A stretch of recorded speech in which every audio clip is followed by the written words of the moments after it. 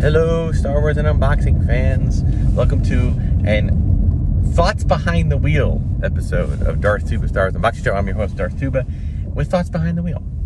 And I don't normally do this. Normally my out and about driving takes me to a certain location to do a certain thing, and but I don't have that today. And I'm gonna just put this out there, and I don't plan on doing this too often. In fact, I actually started this. I started a video a couple of weeks ago, and when I did it, and I finished it, I was like, you know what? I'm not really. I don't like this. It doesn't really go anywhere. But today I have a mission. I have a mental mission. We are, at the time of this recording, 1 week away from the Star Wars Celebration Japan. And I am going to probably post this early. I might, normally I always pre-record my videos, so I may not have anything ready for it. I think right now I have one video. Oopsie. Let's try that again. So right now I have one video in the can for to be released Wednesday before Celebration, and then I have one video that I've just finished to be released probably like the Sunday of Celebration. So this is the next video I have in line, which would be technically after Star Wars Celebration Japan. So I don't know whether I'm going to just hold off and let it, release it after the fact, or if I am going to release it ahead of time, just as a bonus or something. I haven't decided what I want to do yet, because I don't think it really matters, because there's nothing truly maybe other than to just see what things end up happening with Celebration, whether my predictions were correct or whatnot. So I think I'm gonna post it post Celebration Japan. But anyway, so my thoughts today, all relating to Star Wars Celebration, specifically Star Wars Celebration Japan. First of all, I had a momentary thought a few months back about possibly going. I was thinking, that would be a really cool thing to put on the channel, to be able to go to Star Wars Celebration, to another country celebration. But the reality of it is, folks, is that I've never been to any Asian country, and I didn't really feel that this is the right time for me to get up and start traveling with that. All sorts of reasons. You can imagine some of them. I'm not in any way financially so well off that think not think twice about a trip to Japan, of all places. That would be quite expensive. In fact, I priced it, and I was like, holy cow! I haven't even spent a dime on any Star Wars Celebration ticket, or even thinking about ordering any kind of, or pre-ordering or purchasing any kind of collectible or any kind of artistic piece or anything like that whatsoever. Before I even thought about any of that, it was going to be a $3,000 or $4,000 expense to just get there. So for that, I said, okay, can't happen this year. I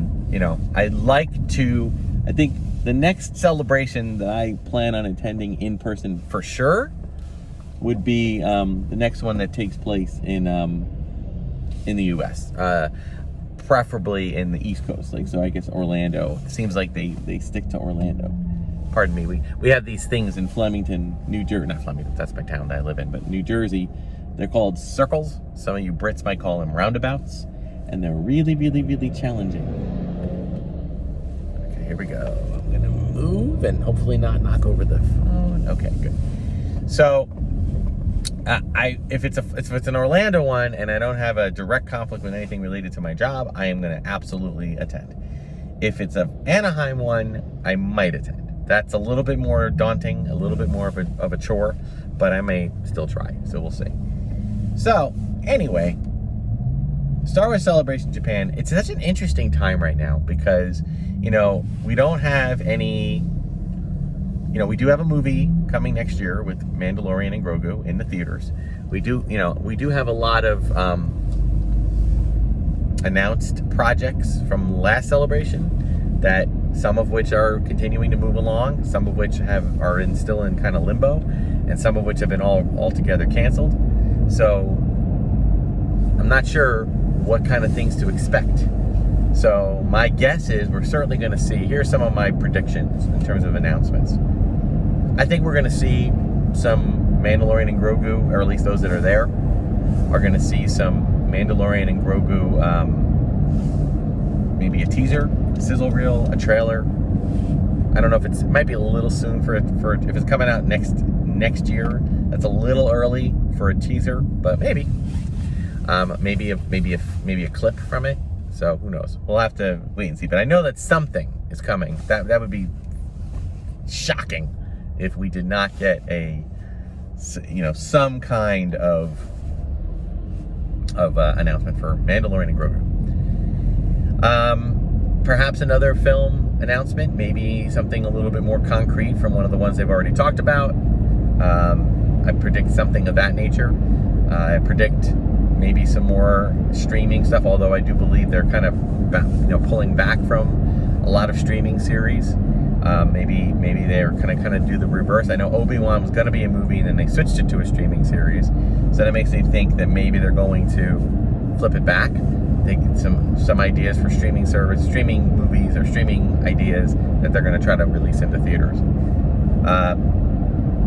So I would imagine maybe 2 or 3 other big time announcements related to live action media. That's my prediction. In as far as what else? I'm sure that we'll get some announcements related to books.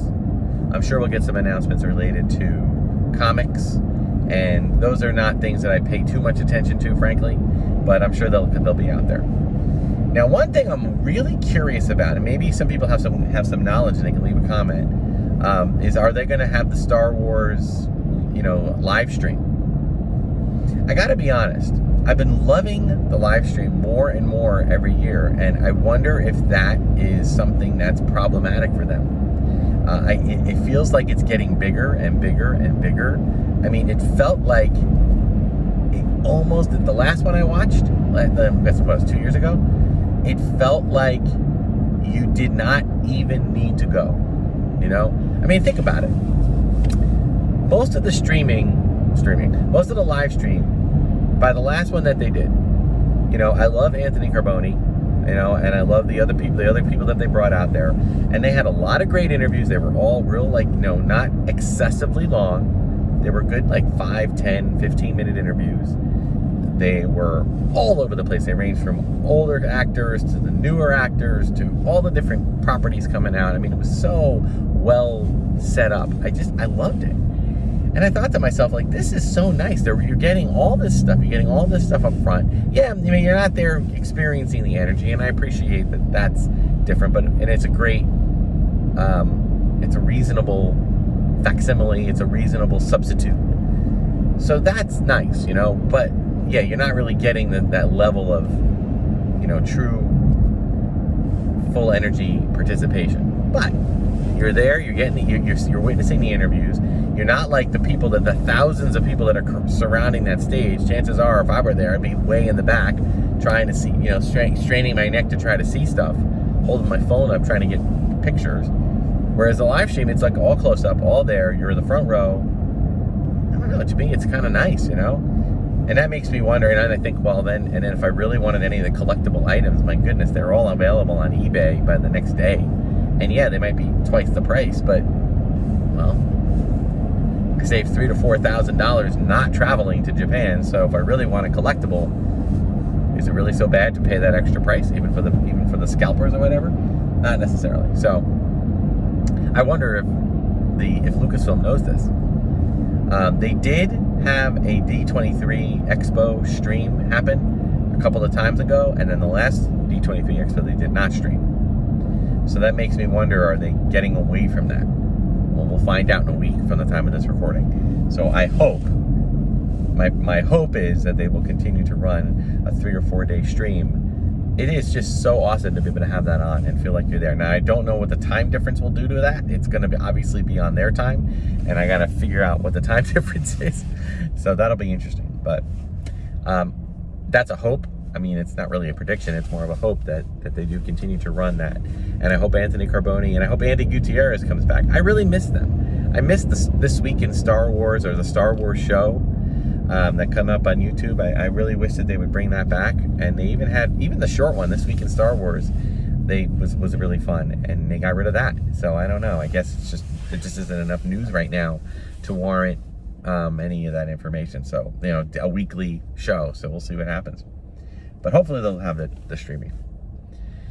In terms of collectibles, well, I've already seen a lot of things being advertised, and frankly, I haven't been all that excited about it all. I mean, you know, those who watch my channel know that I've actually been thinning out my collection, and some of the thinning out has been Celebration merch. I mean, and I think about the Celebration swag that was available, and you know, I mean, bags and bags and bags of freebies that I received at the first couple that I went to. They all ended up just getting thrown out, recycled, or sold at yard sales. So I don't really care that much about that. I mean, the collecting track is cool, and that might be something that I might follow up on and see what they have. But yeah, and I have a lot of swag that I've kept from. Don't get me wrong, I haven't gotten rid of everything. It's just there was a lot of stuff that you received. Most of it's just advertising, postcards and flyers and stickers and things like that. But these days, so many people are giving out, just fans are giving out cool little crafty things that I do sometimes will look and on eBay for somebody who's giving out or auctioning off a Star Wars swag bag with a couple of exclusive little items, and you know, the complimentary bag they give you, that kind of thing. So we'll see. But as far as collectible items, I'm gonna look and see what Hasbro has. I'm gonna look and see what Hallmark has. Those are probably my biggest two. I'm not gonna do anything with Black Series, but if there's the VC, a vintage collection item, you know, some type of exclusive, some special repaint or repack of something, I will definitely consider picking one up on the aftermarket. So we'll see about that. I know Hot Toys has a lot of different ones. I'm curious to see, and you know, and of course the Celebration store, they always have they sell stuff there, and then they put stuff out online to kind of sell out the stuff that didn't sell. So if there's anything that's interesting to me or anything that I kind of think looks cool or whatever, I will maybe consider that. But there hasn't been anything. Obviously there's a Japanese influence on some of the stuff, so, which is nice, and I think it's good and it's smart that they did that. It's just not something that I'm going to connect with fully. I remember, you know, a little throwback. How many people here remember that watch the channel? Leave a comment if you do. When episode 1 came out, the huge PepsiCo promotion that Lucasfilm did with them, or they did with Lucasfilm. We got the soda cans, you know, remember that? If you remember it, there was like, for those that weren't around, there were Pepsi cans that they weren't even a full color. They were just kind of like a black and white picture of a bunch of the characters, and you could get, I have them, I got all of them, but you had to buy a case of 12, or a case of 12, or a case of 24 of the same one. So I ended up having eventually 24 versions of them. I tried selling off a few sets on eBay, and I ended up getting less than what I paid for them. So it really wasn't worth that much. But I did keep a set, and I ended up ordering through Pepsi a little display to put them in. There was like 24 of them. But Japan went nuts with their promotions. They had full color soda cans. They had full color soda bottles. They had bottle caps that had little action figures on them and little busts of their characters. So now you can find them. At the time, I remember eBay was selling them for $30, $40 a piece. Now people are trying to sell the whole collection for like 20 bucks. But I don't want to, you know, get into that anymore. But I do still have a few of those bottle caps and tops. You know, you get the bottle and it would have the cap there. I wonder what Japanese collectible crossover kind of things they're going to do. So we'll see. I'll be curious to see about that. Other predictions, I would doubt it's going to come here. I don't think this is related because it's too far away from anywhere near that people would be interested. I suppose some of the other Asian countries like that have Disney parks, like Singapore or sorry, Shanghai, or Hong Kong, or Tokyo, maybe they will announce a Galaxy's Edge type of land being built in any one of those parks. I could see that being a prediction. In terms of the parks in the United States, I feel like if they're going to have anything to announce with that, I mean, they might do it. It is a Star Wars celebration. I just don't recall. I can honestly not recall if they've ever had. I guess they did do Star Wars Galaxy's Edge. I mean, and I think the Halcyon. I mean, I think they had some stuff related to that at Celebration. So maybe I would love to see just an announcement of. I don't need a third attraction in Galaxy's Edge.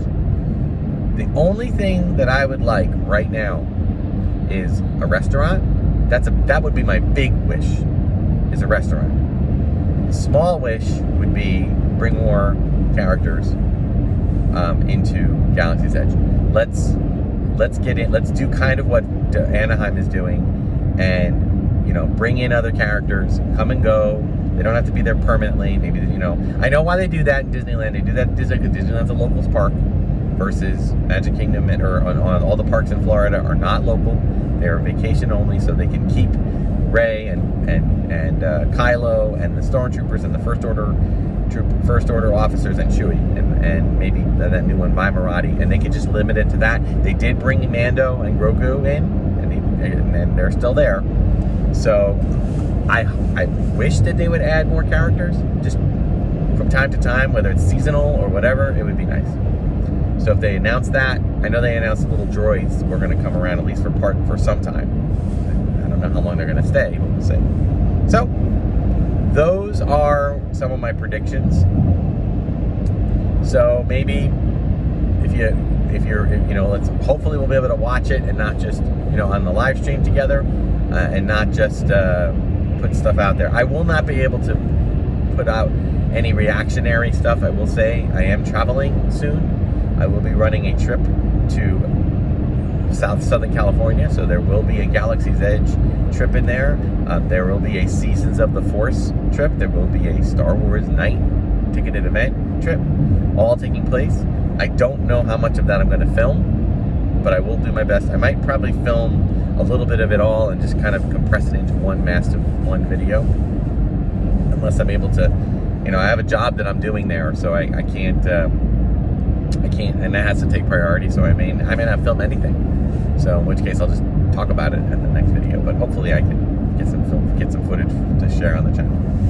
All right, so again, this will most likely get posted right after Celebration Japan ends. So I'd be really curious to see what my predictions were and if any of them came true. And if you want to, leave a comment about how right I was or how wrong I was, which I'm probably going to be wrong because you never know. Who knows how much announcing happens.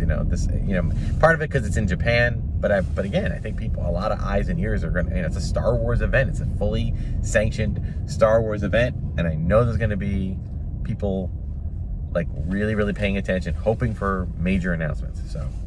And then hopefully some of those announcements will trickle and be shared out to the world and not just exclusive to people there, or at least, they can have it at first, but then eventually share it out to everyone in the form of teasers or trailers or sizzle reels or what have you. So guys, thank you so much for watching. I know it's not the most exciting video. There are more unboxings coming. There are more projects. I will let you know, I've been working on the R2 project. I've decided I'm just going to